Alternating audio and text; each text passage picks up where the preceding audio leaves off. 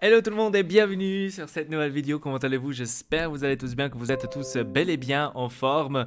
Et donc aujourd'hui on va parler vite fait du calcio mercato. Qu'est-ce qui se passe, etc., etc. Parce que là l'Inter est on va dire en fire en ce moment. Donc on ne comprend rien, il y a des trucs ici qui se passent. Je me suis dit il faut faire une vidéo peut-être pour en parler. Peut-être l'un d'entre vous a peut-être compris quelque chose. Parce que moi je comprends royalement rien. Donc c'est vraiment truc de ouf. Alors Spinazzola avec Politano. Donc hier ça a été, on va dire, officiel qu'il y aura qu'il y aura ce changement Spinazzola avec Politano. Donc que les deux sociétés, donc la Rome et l'Inter, se sont mis d'accord pour faire justement ce changement. Politano est déjà parti à Rome, Spinazzola est déjà arrivé bien sûr à Milan. Et donc, dans chaque présentation, on va dire, dans chaque nouvelle arrivée, nouvelle recrue dans chaque équipe, il y a toujours les contrôles qui doivent passer justement du médecin. Donc, pour savoir si justement le joueur il est blessé ou pas, si le joueur il est bon ou pas, etc., etc. Donc, c'est un truc normal que tout le monde fait. Et à ce qui paraît, donc Spinazzola a passé donc ses tests physiques justement à Milan.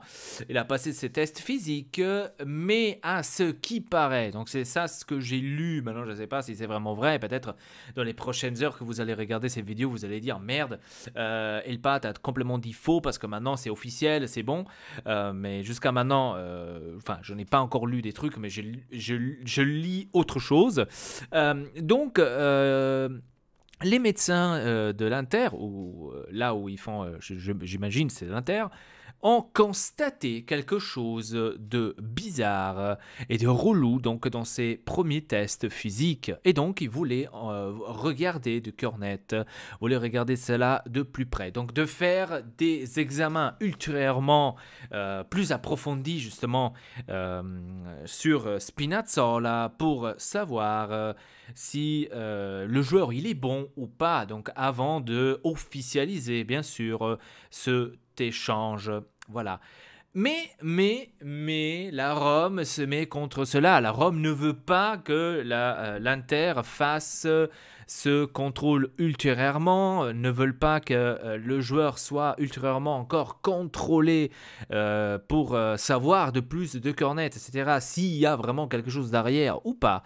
Et donc maintenant, jusqu'à maintenant, comme j'ai bien compris, cette transaction est arrêtée à ce point. Donc on ne sait pas ce qui va se passer, on ne sait pas si le changement va être fait ou pas, parce qu'on parle d'un changement qui va être probablement annulé, donc que ça ne va pas être le cas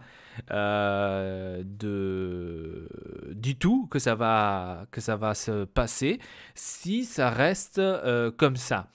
Et là, je dois dire que la petite Rome, la Romette, a pensé pouvoir enculer, on va dire pratiquement Marotta, en donnant un joueur qui est pratiquement toujours cassé. J'ai regardé la dernière fois sur Facebook, il y avait une page qui avait proposé justement les dates, qui avait mis les dates des blessures de Spinazzola, et c'était assez souvent, toujours continuellement des blessures.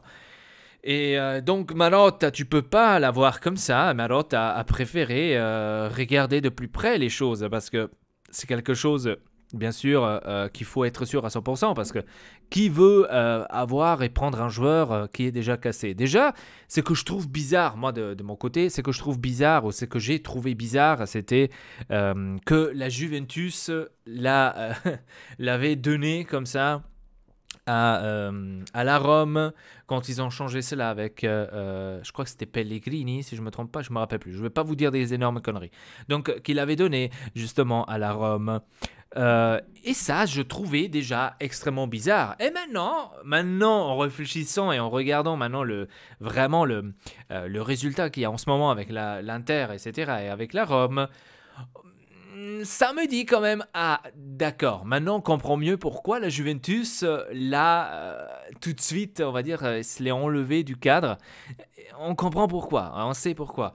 Et j'avais parlé aussi avec quelques amis qui sont supporters de la Juve, et ils ont dit la même chose. Ouais, la Juventus à l'époque, en fait, ils l'ont justement donné à la Rome parce qu'en fait il était blessé souvent, il était tout le temps blessé, donc ça ne servait pas à grand chose. Et donc le défaut de ce joueur, c'est qu'il se blesse assez souvent. Et donc la Juventus est là, parce que si on veut parler vraiment du joueur Spinazzola, le joueur Spinazzola, il est pas mal, c'est un très bon joueur. En plus, même les supporters de la Juventus, ils m'ont dit la même chose. Le joueur Spinazzola, il est bon. Donc on l'avait vu aussi dans quelques matchs de l'Italie, qu'il avait fait aussi un énorme exploit. On l'avait aussi vu dans des matchs de la Juventus, qu'il avait fait aussi des beaux matchs. C'est pas qu'il était nul. Le problème de ce joueur, c'est qu'il est très faible avec les blessures. C'est-à-dire qu'il se blesse assez souvent et qu'il est tout le temps en train de se blesser, etc. Et c'est pour ça qu'à l'époque, justement, la Juventus l'a donné à la Rome. C'est pas parce que le joueur il était nul, c'est tout simplement à cause des blessures. Et je pense que Marotta... bon, maintenant ce matin, j'avais lu aussi autre chose. Qu'à ce qui paraît, c'était Antonio Conte qui avait demandé un test ultérieurement pour Spinazzola, justement parce que certainement il avait vu ou il avait entendu ces genres de trucs, qu'il est souvent blessé, etc. Et bien sûr, ça aurait été embêtant de avoir un joueur, comme j'ai bien compris, il coûte 30 millions, si j'ai bien compris, le joueur. Enfin, si on le garde, ça coûte 30 millions. Ça serait quand même bête de dépenser 30 millions pour un joueur qui sera tout le temps blessé et qui ne jouera pratiquement jamais à l'équipe. Ça nous embêtera à nous, bien sûr, et à nous, ça ne nous servira à rien parce qu'on aura toujours ce trou, c'est-à-dire qu'on ne peut pas avoir le défenseur latéraux qu'on a besoin. Parce que Spinazzola, je vous rappelle, c'est un défenseur latéraux qui nous sert aussi parce qu'Asamoah ne peut pas récupérer. Et donc, jouer seulement avec Biraghi, ça va être un tout petit peu difficile. Et donc, on aurait besoin d'un joueur. Mais bon, si le joueur il est blessé, à quoi ça nous sert? Donc, on restera toujours dans le même truc, on reste toujours dans le même coin. On recommence de zéro. Et ça, bien sûr, c'est hein, voilà. Et je dois dire que la Rome, franchement, elle n'est pas sérieuse dans tout ça. Hein. Franchement, c'est la petite Rometta. Croyez avoir Marotta. Et heureusement qu'on a Marotta, les gars. Parce que si ça serait Ausilio, j'ose pas imaginer qu'est-ce que ça aurait... Franchement, si ça aurait été Ausilio, je pense que l'échange, ça aurait été fait tranquille. Et qu'après, quand il serait arrivé... justement chez Conte, parce que chez Conte, je vous rappelle, attention, les entraînements de Conte, c'est pas des entraînements comme tous les autres. Conte, il les fait vraiment courir, hein, il les tue, hein, les joueurs, hein, à l'entraînement. C'est pas des petits entraînements, donc on l'a entendu assez souvent, que les entraînements de Conte sont assez durs. C'est vraiment à prendre à pleine discipline, donc c'est pas à la rigolade qu'il faut les prendre. Et donc, si Spinazzola commencera un entraînement de Conte et qu'après il va se casser directement au premier entraînement, on va dire que c'est un peu quand même embêtant. Hein. Et donc, heureusement qu'on a Marotta qui sait réfléchir derrière, qui dit attends une minute. Bon, comme eux ils disent c'était Conte, mais bon, moi je pense que c'était plutôt Marotta aussi. Attends une minute, on va faire d'autres... vérification et après on verra, parce que c'est un peu relou là ton histoire. Voilà, et donc maintenant la Rome se sent on va dire touché dans son ego, etc. Et voilà, donc ça s'appelle karma, je dirais, parce que voilà, vous n'avez pas voulu donner Dzeko quand vous avez eu la possibilité cet été. Paratrici, je crois qu'il s'appelle, il a voulu faire son phénomène en disant que Dzeko vaut 20 millions ou quoi que ce soit, je ne me rappelle plus, 18 millions, donc quand il ne les valait même pas à 32 ans ou 33 ans, je ne sais pas quel âge il a.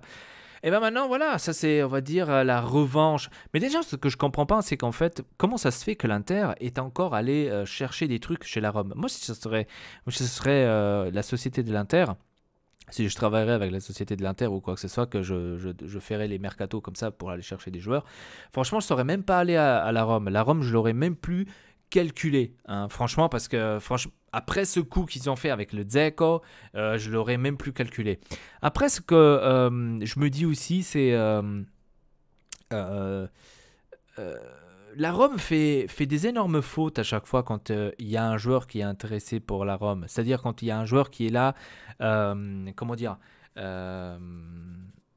quand un joueur est prêt d'aller à la Rome, en fait, eux, ils font une seule erreur. C'est qu'ils officialisent les joueurs très rapidement sans avoir fait, on va dire, les tests médicaux, sans avoir eu à 100% les choses au clair quand le contrat est signé à 100% et à 2000%. C'est ce qu'ils ont fait maintenant avec Politano. Il s'est apparu cette photo avec l'écharpe de la Rome qui serait officialisée à la Rome, etc. Ils lui ont déjà donné l'écharpe de la Rome, il a fait la photo et tout. C'est la même chose avec Malcolm, ils ont fait la même merde. Restez quand même calme, attendez que le joueur avant signe le contrat et après peut-être tu pourras lui faire une photo avec l'écharpe ou avec le t-shirt ou quoi que ce soit. Ne viens pas directement. Vous voyez, c'est ça en fait la différence entre Marotta, l'énorme professionnel, celui qui sait réfléchir, celui qui sait bien sûr faire les transactions comme il faut, et un amateur. On dirait qu'on a affaire avec un amateur de celui de la Rome qui fait tout simplement comme ça des officialisations des joueurs sans encore être sûr à 2000% qu'en fait le joueur est vraiment là. Donc ça c'est heureusement. Et on avait fait ça aussi avec Nainggolan. Je ne sais pas si vous vous rappelez Nainggolan quand il est arrivé à l'Inter. Tout au début, ce fut justement un truc que Marotta avait demandé. C'est ne fais pas de photos ni avec des trucs de l'Inter, c'est-à-dire ni avec des t-shirts de l'Inter, ni avec des écharpes, ni avec d'autres choses où tu vois le logo de l'Inter. Ne fais pas des photos là jusque que tu viens signer officiellement chez nous. Et après, tu pourras faire tes photos, tu pourras faire ce que tu veux. Mais pas avant. Vous vous rappelez avec Nainggolan. Après, quand c'était officiel que Nainggolan avait signé, etc., il est sorti dehors, là, je crois que c'était au restaurant, je ne me rappelle plus, et il a fait des photos, et il a fait des photos avec l'écharpe, et il a fait des photos avec les t-shirts, etc., etc. Pas avant. Et ça, c'est justement ce que je vous dis, le professionnel avec l'amateur. Voilà. Et donc, là, je pense que la Rome a fait un énorme bide. Hein. C'est bon pour vous dire, mais c'est vraiment un énorme bide. Et ça doit toujours arriver à nous. Mais oui, ça doit toujours être à nous, ce que ça doit arriver, ces trucs-là. Hein. Ça arrive jamais aux autres, ça doit toujours arriver à nous. Et c'est pour ça que je dis, heureusement qu'on a Marotta. Parce que si on n'aurait pas Marotta en ce moment, il y aurait Ausilio. On l'aurait les joueurs et ils se seraient blessés. J'en suis sûr à 100%. Grazie Rometta, grazie. Volevi. Et donc j'espère que parce que eux en fait maintenant ils sont contre ça, attention, contre le deuxième test pour qu'ils fassent le deuxième test justement de Spinazzola. La Rome est contre ça, ils ne veulent pas qu'ils font ce deuxième test, etc., etc. Ils ne veulent pas. C'est relou quand même, hein. Si t'as rien à cacher, je veux dire, poteau, ça pue un peu, hein. C'est voilà, hein. C'est comme si je vous aurais vendu ce téléphone, hein, et je vous dis non, en fait je l'ai jamais ouvert, hein. Je l'ai aussi jamais ouvert, mais c'est moi pour vous dire maintenant un exemple bête et con. Ouais, j'ai jamais ouvert, c'est toutes les pièces officielles et tout, t'inquiète pas. Et en fait, en fin de compte, je l'ai ouvert, j'ai mis un écran en fait de la Chine, c'était même pas l'officiel. En fait, la caméra aussi, je les ai changées, c'était des caméras chinoises, en fait, c'est même plus la même chose. Voilà, hein. Et après, toi, tu te dis, ok, donc je vais le faire contrôler par quelqu'un qui se connaît très très bien avec les téléphones. Je vais le faire contrôler si c'est vraiment tout bien, que tout est officiel, tout est original. Et après, peut-être on pourra en parler si je le prends ou pas. Et après, tu dis, ah non, non, en fait, c'est bon, alors bah, je vais le garder. Ouais, non, mais je vais le garder parce qu'en fait, je me suis rappelé que ma mère en aurait besoin d'un téléphone. Je pense que. Donc. Vous voyez, c'est un peu relou. Et c'est la même chose avec les voitures. Maintenant, je vous ai fait un exemple avec les téléphones. Mais avec les voitures, c'est la même chose. Tu veux vendre une voiture d'occasion où tu sais que tu as changé des pièces chinoises et que tu sais que dans peut-être 2-3 km, bon, ok, j'abuse un peu, ou que dans 100-200 km, t'es sûr que la voiture va tomber en panne. T'es sûr, parce que on te l'a dit, d'un mécano, on te l'a dit, écoute, si tu gardes cette voiture encore 200-300 km, ça se peut que tu tomberas en panne. Et donc, tu essaies de la vendre, ok? Et donc, si celui qui l'achète, il te demande, est-ce que la voiture, elle a quelque chose des spécial, un truc à changer? Et toi, tu sais qu'il y a, par exemple, la courroie de distribution à changer. Tu le sais, mais tu le dis pas. Hein, tu dis non, non, non, en fait, j'ai tout remplacé. Hein, ça fait longtemps que j'ai tout remplacé et tout. Donc, tu peux aller tranquille. Et donc, celui qui va acheter la voiture, il va dire bah écoute, je vais appeler un pote qui est mécano, qui va regarder en fait la voiture d'abord avant de pouvoir l'acheter. Comme ça, je suis sûr et tout. Après, tu dis ah non, en fait, tu vois, j'ai d'autres clients aussi qui sont intéressés à la voiture. Donc, je ne sais pas si je pourrais. Je vois. Donc là, ça commence déjà à être relou. Et donc là, c'est la même chose. Hein. Je veux quand même regarder Spinazzola à un deuxième examen parce qu'on n'est pas tout à fait rassuré, hein, etc. Et la Rome s'est dit, ah non, non, non, vous le faites pas, non, non, pas du tout. Vous le prenez ou sinon on annule tout. Eh ben, voilà, donc c'est relou. Hein. Moi, je pense que cette affaire-là, soit elle va s'annuler, cette affaire-là va être annulée, soit la formule va être changée. C'est-à-dire que l'Inter va insérer une formule plus, on va dire, rentable pour l'Inter. Euh, parce que c'est des trucs, c'est pas sûr du tout. Hein. Pour moi, ça c'est un changement que c'est maintenant après tous ces trucs qui sont sortis, c'est même plus sûr. Hein. Franchement, moi le joueur, le joueur, je pense maintenant je réfléchis deux fois, franchement, parce que là je suis pas sûr du tout. Moi en tant que supporter, je suis même plus rassuré hein, du joueur. Hein. Je me dis qu'est-ce qu'on a pris là ok, donc je suis pas du tout rassuré. Bon, on espère bien, mais voilà. Donc pour l'instant, il n'y a pas eu de nouvelles. Hein. Dans tous les cas, j'ai pas vu maintenant des autres nouvelles. Voilà. Donc maintenant, on verra. On verra, on verra. Voilà. Avant de maintenant terminer cette vidéo, on va en parler vite fait aussi sur ce phénomène.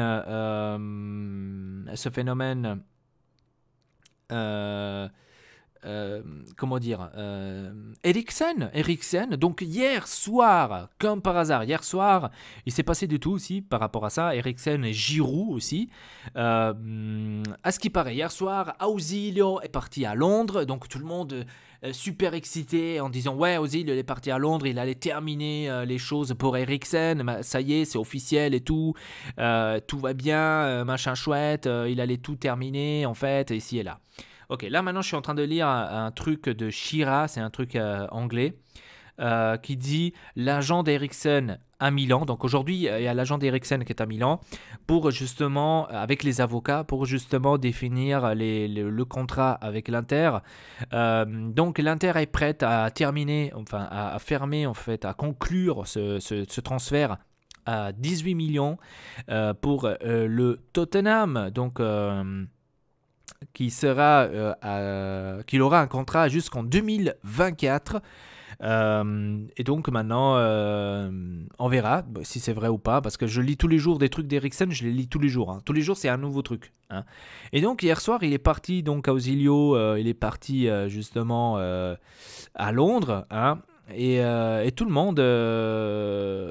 monde en fait disait que voilà, c'est fait pour Eriksen, c'est 100% fait pour Eriksen. Après les autres disaient non, en fait il est parti pour Giroud, il allait voir Giroud, c'est certainement pour ça, parce que Politano, donc vous vous rappelez, je vous avais dit si le truc Politano se débloque, ça se débloquera aussi pour Giroud. Hier, par rapport à Giroud aussi, j'ai lu que Giroud, enfin le Chelsea ne voulait pas, je sais pas, il voulait pas faire un truc, j'ai pas tout à fait compris, j'ai pas pigé le truc, et qu'en fait Giroud s'est proposé à dire qu'il renoncerait à 1 million de sa paye. Parce qu'en fait, le Chelsea, je sais pas, il avait un truc, j'ai pas tout à fait compris. Et Giroud s'est proposé à dire alors c'est bon, alors c'est moi qui va vous venir en contre, etc. Donc voilà, donc il y avait plein d'histoires comme ça. Hier soir, je me suis dit putain, le mercato chez l'Inter, c'est toujours des trucs à la complication, hein, on va dire. Hein. C'est jamais un truc fastoche. Et comme je vous ai dit, et comme je vous dis aussi assez souvent hein, chez l'Inter, à chaque fois que l'Inter veut s'acheter un joueur, veut prendre un joueur, toujours, bordel de merde, il y a un truc, toujours. Si l'Inter veut s'acheter un joueur, il y a toujours le bordel. Ah non, celui-là, il ne veut pas. Ah non, ça ne marche pas. Ah non, en fait, ça ne peut pas marcher parce que l'autre, il ne veut pas. Donc, c'est incroyable. C'est toujours quand il y a le truc de l'Inter.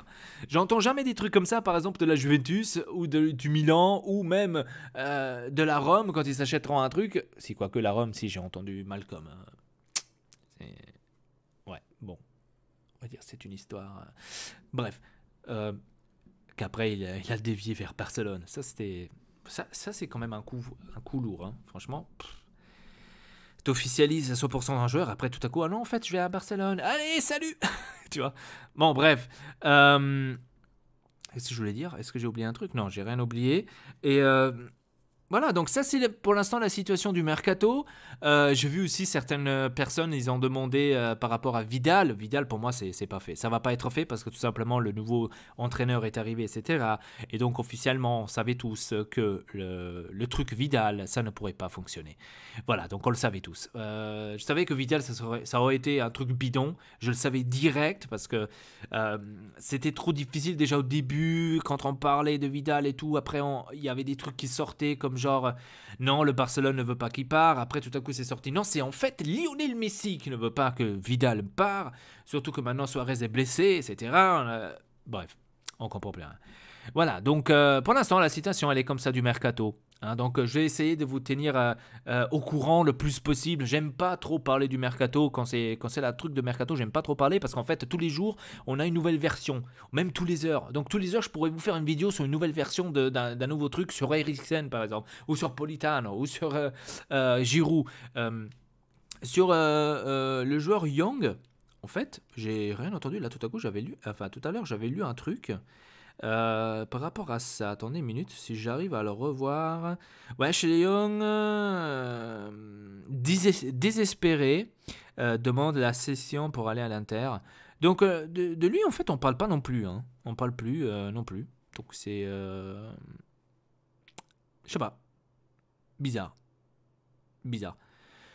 Donc, on verra. On verra. Donc, on verra ce qui se passe. On verra ce qui se passe, on va rester calme. Ah oui, c'est vrai, après, putain, cette vidéo va durer 1 heure, hein, si on continue comme ça. C'est vrai, mais maintenant je viens de le lire. Par rapport à Vecino, Vecino aussi, à ce qui paraît, serait sur le mercato. J'ai entendu hier qu'à ce qui paraît, il aurait eu une discussion assez forte avec Antonio Conte. Et donc Vecino serait aussi sur le point de départ. Et comme j'ai bien compris, ils veulent placer Vecino à Milan, donc au Milan, et que nous on prend justement caissier. Je ne sais pas si c'est vrai. Donc ça se peut que c'est vrai, ça se peut que c'est pas vrai. Je n'ai aucune idée. Mais de ça aussi on parle. L'agent de Vecino, par contre, ce matin, était chez l'Inter, justement, probablement de parler de ça, donc de parler que l'Inter ne voudrait pas de... Enfin, ne voudrait plus de Vecino. Et donc, on verra. Parce qu'après, l'agent de Vecino, il a dit que il ragazzo sta bene a Milano, donc il est bon, il se trouve bien à Milan. Milan, ipotesi fatta a livello mediatico. Donc le Milan, c'est une hypothèse faite par les médias. Je sais pas. Moi, je pense pas que l'agent de Vecino serait allé devant les caméras. Et ça, je pense que c'est un truc de Marotta. Hein. On a vu aussi hier à Auxilio, quand il est revenu, en fait, que tout le monde lui demandait...